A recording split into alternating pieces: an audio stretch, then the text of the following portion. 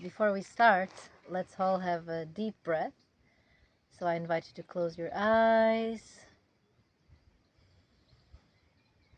Inhale through the nose.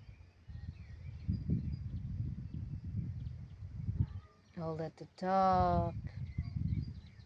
Release through the mouth. One more time. Inhale through the nose. Hold at the top. Release through the mouth.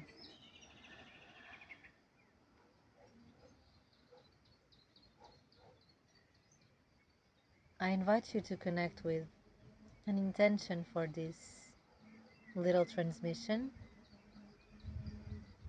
I know you don't know why you are here, but connect with an intention. It always makes everything more powerful.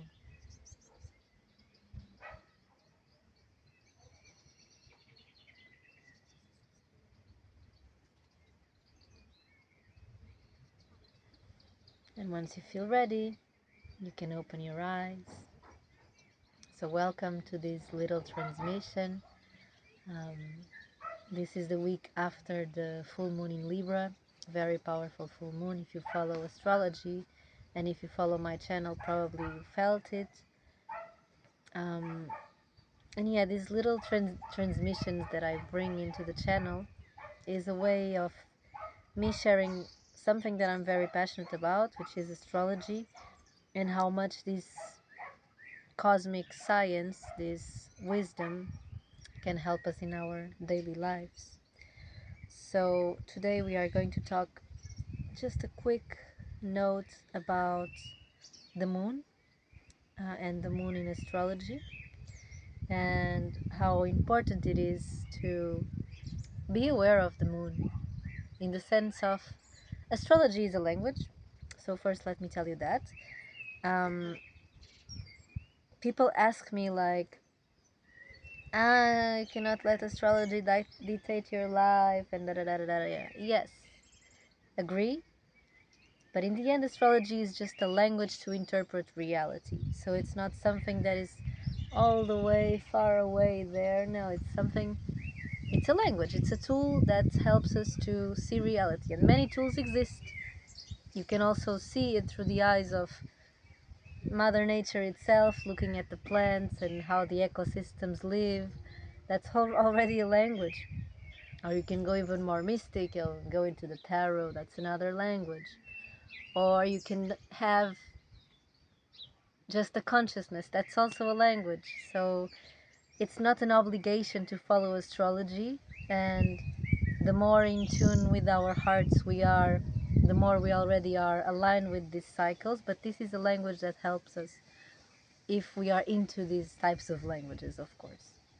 So for me, it's a tool for coaching. It's a tool for helping.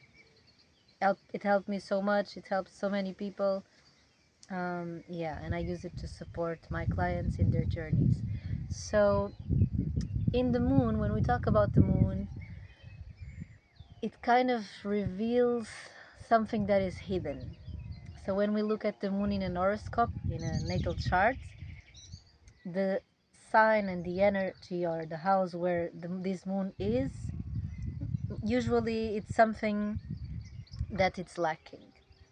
So it's something that there was an empty space. It's something that was left in the shadows, either because we didn't fulfill it in the past, or whatever it is in this life, this is missing. So I can give you my example.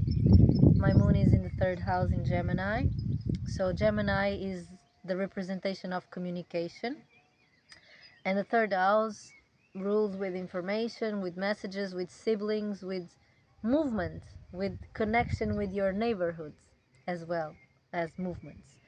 So I grew up as an only child, so I had no siblings, and I lived in a very faraway place, in the sense of I was not living in a city, in a neighborhood with a lot of information as Gemini is. So the Gemini energy was missing in my life. That's why that was my moon. And that's why I was so attracted to Gemini people, Gemini sons, and also had a Gemini father, so that I could learn what that energy was. But yeah, what happens with the moon is that once we realize that, okay, this is something missing, or this is something that I'm here to work on, it's hard to balance it. So I was in love with the concept of Gemini, which is a concept because it's a mental energy. And I was like being super Gemini-ish in my daily life as well. Because as I was lacking this communication, these interactions, and these movements while I was growing up, then once I had it, I just want more and more and more and more. And once I went into my teenage years, I was just doing this a lot and just being always surrounded by people. So it also became the other shadow of Gemini, which is escaping reality through either interactions or through distractions. So the Gemini, now I'm talking about the Gemini because it's my personal sign, but then we can go into other signs. But the shadow of the Gemini, one of the shadows of the Gemini is the over intellectualization, is the rationalization, is getting stuck into mental concepts and not really going for things, not really going into the action of things.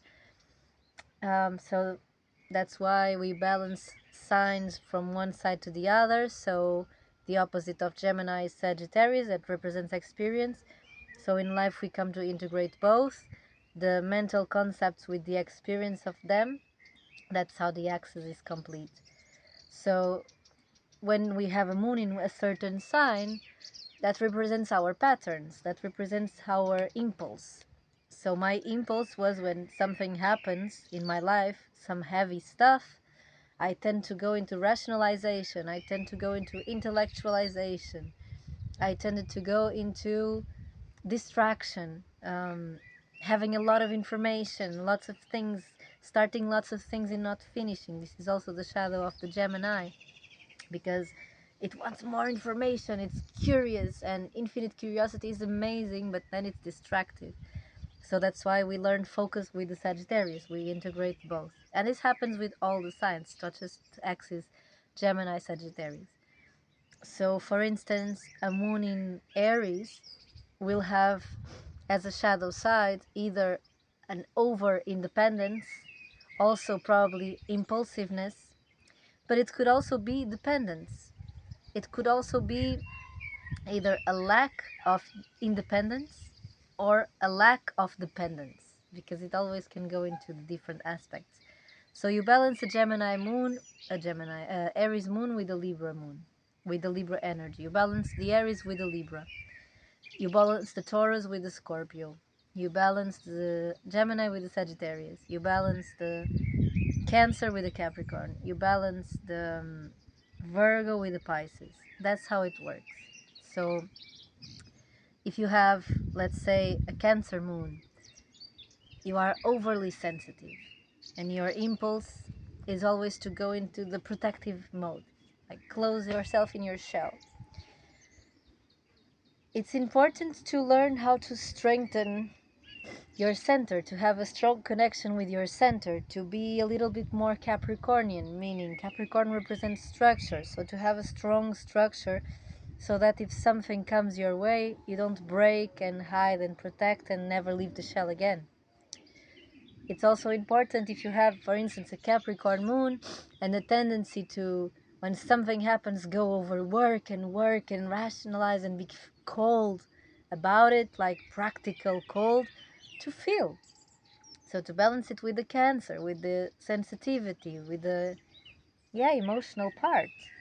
So it's always working in this. So if you have, for instance, a Taurus moon and you have a tendency to disconnect from the depth of things and to just stay into the beauty and the pleasure and go into these pleasurable tendencies, you need a little bit of the Scorpio, which is the going into the depths of the emotion and feeling it and feeling the ugly part of things.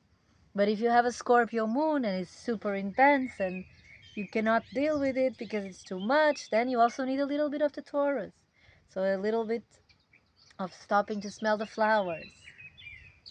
And then if you have like Aquarius, always in the collective, the others' problems are bigger than mine. I don't have problems. You also need a little bit of the Leo, which is a little bit of ow, ouch, I feel my heart and it hurts.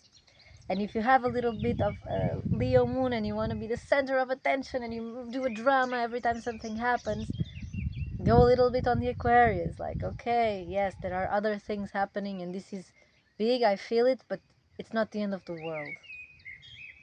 And with the Virgo and Pisces, the same. So if your moon is Virgo and you can go a lot into the details and the perfect and it's not perfect and judging and da da da da da. You need a little bit of the Pisces, a little bit of seeing the bigger picture of, yes, being more forgiving. Like, don't freak out with these details. Like, just go dream a little bit. And if your moon is in Pisces, then like the problems of the world are yours and you want to unconditionally help everyone and connected with everything, then go a little bit into the Virgo. So go a little bit into the body, into your own body. Feel it. Be there. Be present with yourself. So this is a way of looking into it. There are thousands, several ways of looking into it. But this is what I want to bring here today. So our moon gets in the way of our sun, and our sun is here to shine. So we first understand the patterns of the moon so that our sun can fully shine. Feel free to like, share, subscribe, support my work. I will be very, very grateful. Also, if you want to go deeper in this work, I work with one-to-one sessions and I do a very powerful work. Yes, I learned to also say that because it is what it is. So sending you beautiful vibes.